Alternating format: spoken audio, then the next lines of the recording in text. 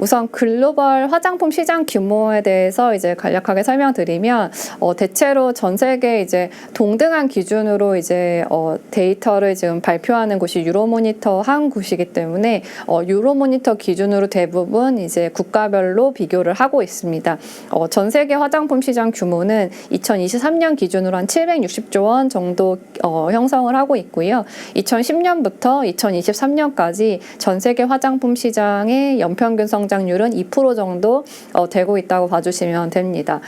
주요 국가별 시장 규모에 대해서 담아놨는데요. 과거 저희 어떻게 보면 화장품이 이제 화장품 산업이 이렇게까지 커지게 도와준 중국이 전 세계 화장품 시장 규모의 한 15% 정도 차지하는 100조 원 정도 규모를 형성하고 있다고 봐주시면 되고요. 앞으로의 성장을 이끌어가 줄 수 있는 국가인 미국은 전체 시장 규모 21% 정도 되는 159조 정도 된다라고 봐주시면 될 것 같습니다. 그래서 사실 아까 시가총액의 이제 움직임이 이제 중국 성장기가 훨씬 더 이제 시가총액의 변동이 상당히 컸었는데 조금 더 큰 시장인 미국을 K뷰티가 진출하고 확장하고 있다라는 측면에서 훨씬 더 강한 모멘텀이다라고 설명을 드리고 있습니다. 2010년에서 2023년 동등 기간 동안에 미국의 경우에는 한 4% 정도 이제 연평균 성장을 하고 있고요. 중국은 한 7% 정도 성장을 하고 있어서 한국보다 훨씬 더 큰 시장인데 이제 상대적으로 이제 고성장하는 지역이다 이렇게 좀 설명드릴 수 있을 것 같습니다. 그 시장별로 카테고리별 구성이 어떻게 되어 있는지 이제 설명된 장표입니다. 글로벌 화장품 시장의 카테고리별 구성을 보면 기초와 전체 시장 100으로 넣고 봤을 때 기초가 28%, 색조가 13% 정도 기여를 하고 있고요. 생활용품 비중이 상당히 좀 높다고 봐주시면 됩니다. 그래서 색조와 기초를 합했을 때 한 40% 정도 좀 된다라고 봐주시면 될 것 같고요. 각 카테고리별로 연평균 성장률은 글로벌은 3%, 2%에서 전체 시장 성장이랑 유사한 성장을 좀 하고 있다고 봐주시면 됩니다. 주요 국가별 미국과 중국에 대해서 봐주시면 미국 같은 경우는 기초와 색조가 각각 23%, 17% 정도 기여를 하고 있습니다. 그리고 기초와 색조를 100으로 놓고 봤을 때 거의 뭐 반반 정도 되는 규모까지 지금 기초가 많이 이제 커졌다라고 봐주시면 될 것 같고요. 중국 같은 경우는 기초가 지금 고가 화장품 중심으로 많이 팔려왔습니다. 그래서 단가가 높기 때문에 기초 비중이 좀 높다라고 좀 생각이 되고요.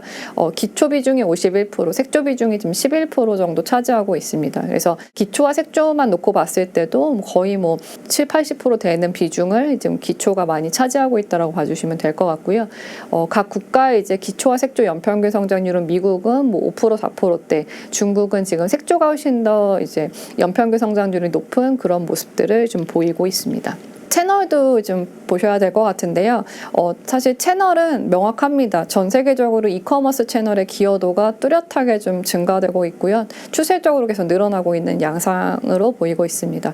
특히나 이제 이커머스 같은 경우는 편안하게 이제 비교하면서 볼 수도 있고, 그 다음에 우리나라 같은 경우는 배송 측면에서도 상당히 좀 유리하기 때문에 전통 오프라인 전반의 채널들이 좀 기여도는 축소되고 있습니다. 전체 화장품 시장을 100으로 놓고 봤을 때 이커머스 채널의 비중 변화를 좀 보면 한국이 월등히 이제 이커머스 침투율이 높은 상황입니다. 2015년도에 21% 정도 됐었는데 지난해 기준으로 59%까지 올라왔고요.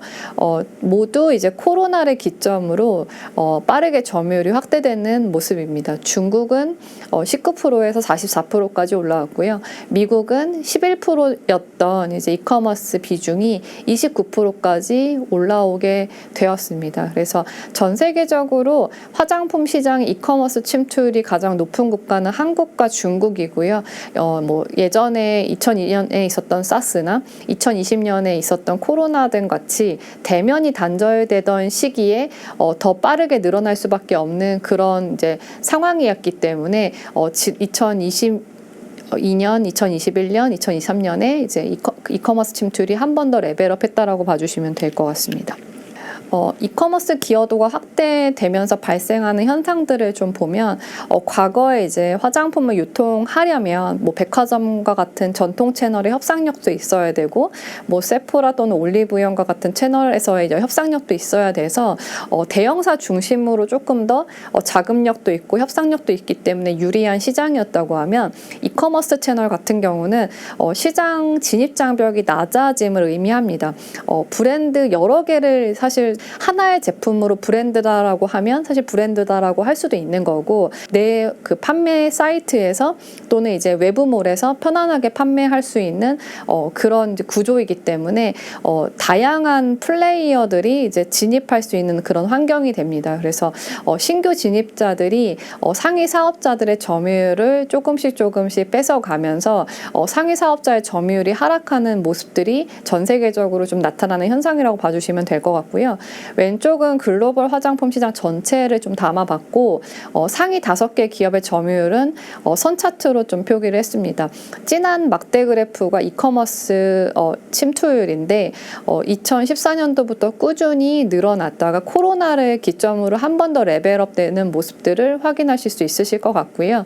2014년도부터 2017년도까지 상위 사업자의 점유율은 추세적으로 축소됐었던 모습들이 좀 보입니다. 근데 2016년도부터 어떠한 이제 이슈들이 많이 발표가 됐냐면 글로벌 기업들이 M&A 딜들을 상당히 좀 발표합니다. 그래서 본인들의 점유율이 이제 하락하는 부분들을 신규 브랜드들을 인수함으로써 상당히 좀 메이크업했던 부분들이 글로벌 업체들한테 좀 보였다고 봐주시면 될 것 같고요. 우측은 한국만 따로 좀 발라봤습니다. 한국 화장품 시장의 이제 이커머스 침투율 추이와 상위 5개 기업의 점유율 추이를 좀 담아봤는데요. 이커머스 침투율은 계속 꾸준히 올라갑니다. 그래서 우리나라가 전 세계적으로 가장 침투율이 높다라고 봐주시면 되고요. 그렇기 때문에 이커머스 침투율이 가장 높았기 때문에 신규 진입자가 훨씬 더 이제 공격적으로 많이 들어왔다라고 볼 수도 있는 겁니다. 그래서 빠르게 상위 사업자 중심으로 점유율이 좀 빠졌고 대응을 잘했다면 좀 어느 정도 방어를 했을 거고 또는 M&A를 통해서 신규 브랜드들을 많이 이제 확보하면 또 이제 메이크업이 됐었을 텐데 그러한 변화의 대응을 좀 덜 했습니다. 그래서 상위 5개 기업들은 현재까지도 추세적으로 좀 빠졌었던 모습들이 좀 선 차트로 좀 확인할 수 있으실 것 같고요. 그리고 또 한 번 이제 2014, 15, 16년도에 중국 수요 덕분에 외형이 상당히 커졌었던 것도 대형사였기 때문에 중국 수요가 급감한 영향도 좀 같이 받았기 때문에 상위 5개 기업의 점유율 하락은 조금 더 커 보인다라고 봐주시면 될 것 같아요. 중국 시장 같은 경우는 아모레퍼시픽과 LG생활건강이 직접 진출해서 매출을 키워갔던 지역입니다. 2013년도 기준으로 아모레퍼시픽 같은 경우는 1.1% 정도 점유율을 중국에서 영위하고 있고요. LG생활건강 같은 경우 0.8% 정도 점유율을 가지고 있습니다. 한국 화장품이 이제 아모레퍼시픽과 LG생활건강의 점유율 추이를 보시면 2019년도를 피크로 지금 추세적으로 좀 하락을 하고 있는데 요인에 대해서 간략하게 설명을 드리겠습니다. 글로벌 브랜드들의 점유율이 좀 2016년도부터 2020년도에 늘어났고요. 중국 소비자들의 이제 트레이딩 업 현상들이 그 당시에 좀 상당히 집중되었었습니다. 그래서 로레알, 에스티로더, 뭐 LVMH 같은 고가 브랜드를 많이 보유하고 있는 업체들의 점유율이 상당히 좀 올라가는 그런 시점이 나타났습니다. 중국의 로컬 브랜드들도 상당히 좀 급부상했는데요. 이는 이제 중국 소비의 이제 규모가 당연히 큰데 그의 산업도 같이 성장을 하면서 로컬 브랜드들이 많이 이제 나타난 영향이다라고 봐주시면 됩니다. 그래서 로컬 브랜드 프로야, 그다음에 위노나 같은 브랜드들이 좀 많이 좀 늘어나게 됐습니다. 그러면서 이제 우리나라 브랜드들이 조금씩 점유율을 잃어가는 양상들이 좀 나타났다라는 게 중국 시장의 간략한 좀 설명입니다. 그리고 미국 시장에 대해서 말씀드리겠습니다.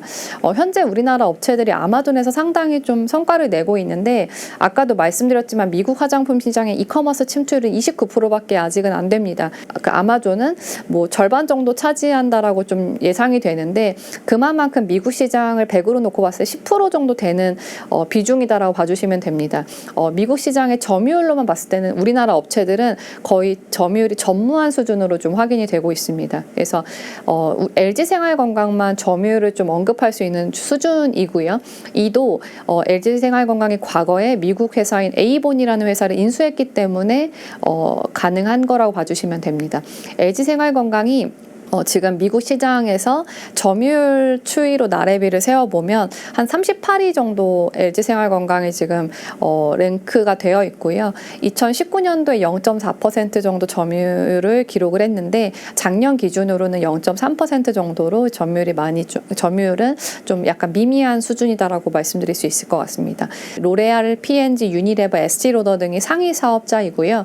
이 중에서 이제 로레알만이 M&A를 통해서 이제 점유율이 확대되는 모습들이 좀 나타났고, 나머지 업체들의 경우에는 이커머스 시장이 커지거나 인디 브랜드들이 커지면서 점유율을 좀 많이 좀 잃었다라고 봐주시면 됩니다.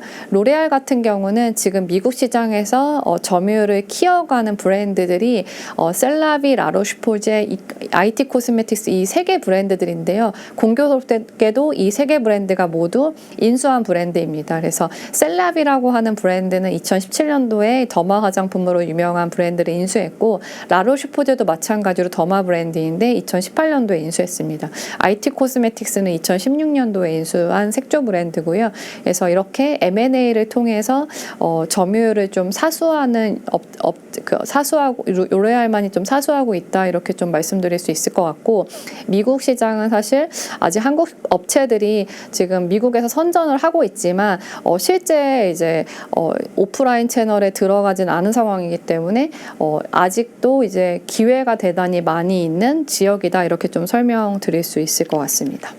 앞서 말씀드렸던 화장품 산업의 밸류체인별로 주요 업체들에 대한 설명들을 드리는 시간으로 갖도록 하겠습니다. 첫 번째로 이제 브랜드 업체에 대한 설명을 드리도록 하겠습니다. 제가 제조 유통, 브랜드 유통 이렇게 좀 구분을 해놨는데, 아까 말씀드렸던 것처럼 제조 시설을 보유하고 있는가, 제조 시설을 보유하지 않는가로 구분한 거라고 봐주시면 될 것 같고요. 우측의 손익 구조를 설명하는 내용 간략하게 담았습니다. 우선은 브랜드사들은 브랜드들의 제품을 판매할 때 이제 매출이 인식된다라고 봐주시면 될 것 같고요. 매출이라는 게 이제 화장품의 판매가라고 봐주시면 됩니다. 그래서 그리고 또 한 가지는 이제 직접 판매하지 않을 때는 그 채널에 공급하는 가격이 있는데 그 공급가가 매출로 인식되게 됩니다. 그리고 손익의 영향 요소는 원가율이 브랜드사들은 크게 그렇게 높은 편은 아닙니다. 그래서 원가율은 좀 낮은 편이고 판매 관리비 측면의 변수가 조금 더 높다라고 봐주시면 됩니다.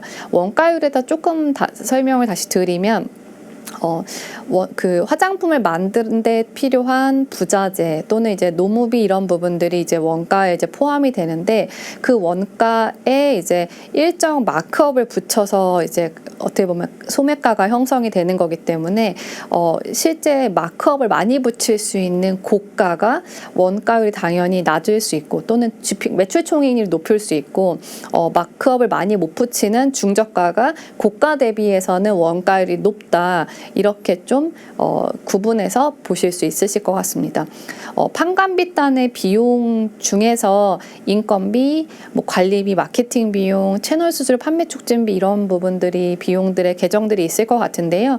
이 계정 중에서는 인건비와 마케팅 비용 정도가 좀 중요하게 좀 중요한 요소다라고 봐주시면 될 것 같고, 실제로 채널별로의 마진이나 이런 부분들은 채널 수수료와 연관된 부분이다라고 말씀드릴 수 있을 것 같습니다.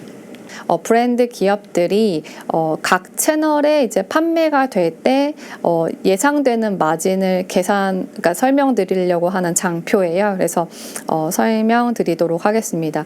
우선 제가 세 가지 꼭지로 이제 채널들을 구분해 놨습니다. 첫 번째로 직영점, 직접 내 매장에서 판매하는 경우라고 봐주시면 되고요. 두 번째는 타 채널의 입점으로 이제 표기가 되어 있는데, 남의 채널에 이제 저희가 입점된 구조다라고 봐주시면 됩니다. 세 번째로는 타 채널의 제품을 공급한다라는 의미인데, 타 채널의 입점과 타 채널의 제품 공급의 차이는 입점하는 경우는 재고 부담을 브랜드사가 지는 경우고요. 타 채널의 제품을 공급은 채널이 재고를 이제 사가는 그 차이라고 봐주시면 될 것 같습니다. 직영점은 점점 많이 줄어들고 있어서 중요도가 좀 떨어지고 있는데 어떤 제품 하나를 판매하게 되면 그대로 이제 매출에 인식된다고 봐주시면 될 것 같고요. 뭐 고가의 경우에는 원가율이 낮을 것이고 그다음에 그 저가의 경우에는 이제 상대적으로 좀 고가 대비해서는 원가율이 높겠구나 이렇게 좀 봐주시면 됩니다. 그 외에 거기에 비용 요소는 뭐 아까 인건비, 뭐 관리비 등의 이제 비용들, 그다음에 임차료 이런 것들이 이제 직영점의 이제 판관비 비용 요소다라고 봐주시면 될 것 같고요. 매출이 줄어들게 되면 당연히 이제 마진이 떨어질 수밖에 없는 구조이고요. 공통비 부분에 이제 인건비나 또는 이제 임차료 등이 이제 들어가 있기 때문에 임차료도 또 늘어날 수 있고 그다음에 인건비는 좀 늘어날 수 있기 때문에 매출이 증가되지 않으면 매출이 뭐 임차료 증가분이나 인건비 증가분을 커버하지 못한다고 하면 직영점은 어닝 변동성이 되게 많이 클 수 있는 채널이다라고 봐주시면 될 것 같습니다. 과거 2014, 15, 16년도에 아모레퍼시픽이 이니스프리의 매장을 중국에 600개까지 출점을 했었는데요. 이니스프리의 인기가 조금씩 떨어지면서 기존점 매출 증가율이 역성장이 나게 됐습니다. 2019년도부터는 거의 뭐 매장의 이제 효율들이 점점 떨어지는 모습들이 계속 전개가 됐었기 때문에 아모레퍼시픽이 현재 이니스프리의 중국 매장은 지금 7개 정도밖에 없거든요. 그래서 이 직영점의 운영에 있어서 14, 15, 16년도에 상당히 좋았지만 매장의 이제 효율이 떨어지면서 손익이 악화되면서 이제 적자가 좀 커졌기 때문에 그런 부분들이 이제 아모레퍼시픽의 중국 손익에는 상당히 좀 영향을 좀 줬던 업태라고 채널이라고 봐주시면 될 것 같습니다. 타 채널의 입점에 대한 부분은 뭐 백화점, 면세점, 홈쇼핑, 이커머스 이런 부분들을 사례를 들 수 있습니다. 그래서 판매가 실제로 될 때 이제 판매가가 매출이라고 봐주시면 되고요. 여기서 특이 비용은 이제 각 채널에게 지급하는 채널 수수료가 특이 비용이다라고 봐주시면 됩니다. 그래서 어떻게 보면 이용료라고 봐주시면 될 것 같고요. 판매가의 일정 채널 수수료를 이제 채널에게 이제 지급하는 그런 구조다라고 봐주시면 될 것 같습니다. 그래서 면세점 채널이 가장 이제 채널 수수료가 높고요. 이커머스 채널이 채널 수수료가 가장 낮은 채널입니다. 그래서 이 타 채널의 입점 시에 채널 마진에 대해서 좀 왼쪽에 시뮬레이션을 제가 해서 이제 막대 그래프를 좀 그려놨는데 면세점 채널과 백화점 채널 같은 경우는 고가의 제품이 팔린다라는 가정을 하고 싶어서 원가에 대해서 15%로 제가 표기를 했고요. 홈쇼핑과 이커머스는 상대적으로 중저가 제품을 판매되고 있기 때문에 원가율이 조금 더 높은 40%로 이제 표기를 했습니다. 그래서 면세점의 경우에는 제품 판매가 됐을 때 15% 정도가 원가로 형성이 되고 45% 정도를 채널에게 수수료를 지급을 한 후 고정비 일정 판촉비 정도가 5% 정도 이제 지출이 되고 30% 이상의 이제 마진이 과거에는 좀 창출이 됐었습니다. 근데 현재는 매출 규모가 많이 좀 줄어들었기 때문에 원가가 지금 제가 표기해 드린 것보다는 올라갔을 거라고 봐주시면 될 것 같고요. 매출 규모 자체가 줄어들었기 때문에 고정비나 판촉비의 요율도 조금 더 올라갔을 겁니다. 그래서 LG생활건강이나 아모레퍼시픽이 현재는 각각 면세 마진이 20%대 10% 정도까지 많이 줄었다 이렇게 좀 설명드릴 수 있을 것 같고요. 홈쇼핑을 좀 설명을 드려보면 중저가를 판매를 했을 때 원가율이 40% 정도 이제 기여한다고 봐주시면 되고 채널 이제 수수료가 한 32% 정도 되고 그다음에 고정비나 판촉비가 인력이 많이 수반되거나 이러진 않기 때문에 상대적으로 뭐 백화점에 비해서 또는 다른 채널에 비해서는 그러니까 그 백화점 같은 채널 대비해서는 높지는 않다라고 봐주시면 됩니다. 이런 부분을 제한 부분이 영업이익률이라고 봐주시면 될 것 같고요. 여기도 마찬가지인 게 매출 규모가 어느 정도 나오느냐에 따라 달려있기 때문에 최근에 이제 뭐 코로나를 기점으로 그다음에 이제 또는 주 판매 채널들이 이커머스 채널이나 LCMB 채널로 많이 좀 이동을 했기 때문에 홈쇼핑의 효율이 좀 많이 떨어졌다라고 좀 업체들로 보여져서 영업이익률은 저 정도보다는 좀 안 나온다 이렇게 좀 설명드릴 수 있을 것 같습니다. 그리고 전반적으로 수수료 부분들이 사실 이커머스가 좀 낮은 편이기 때문에 고가이든 저가이든 이커머스에서 판매가 될 때 가장 좋은 마진을 좀 창출할 수 있겠다 이렇게 좀 생각하시면 될 것 같아요.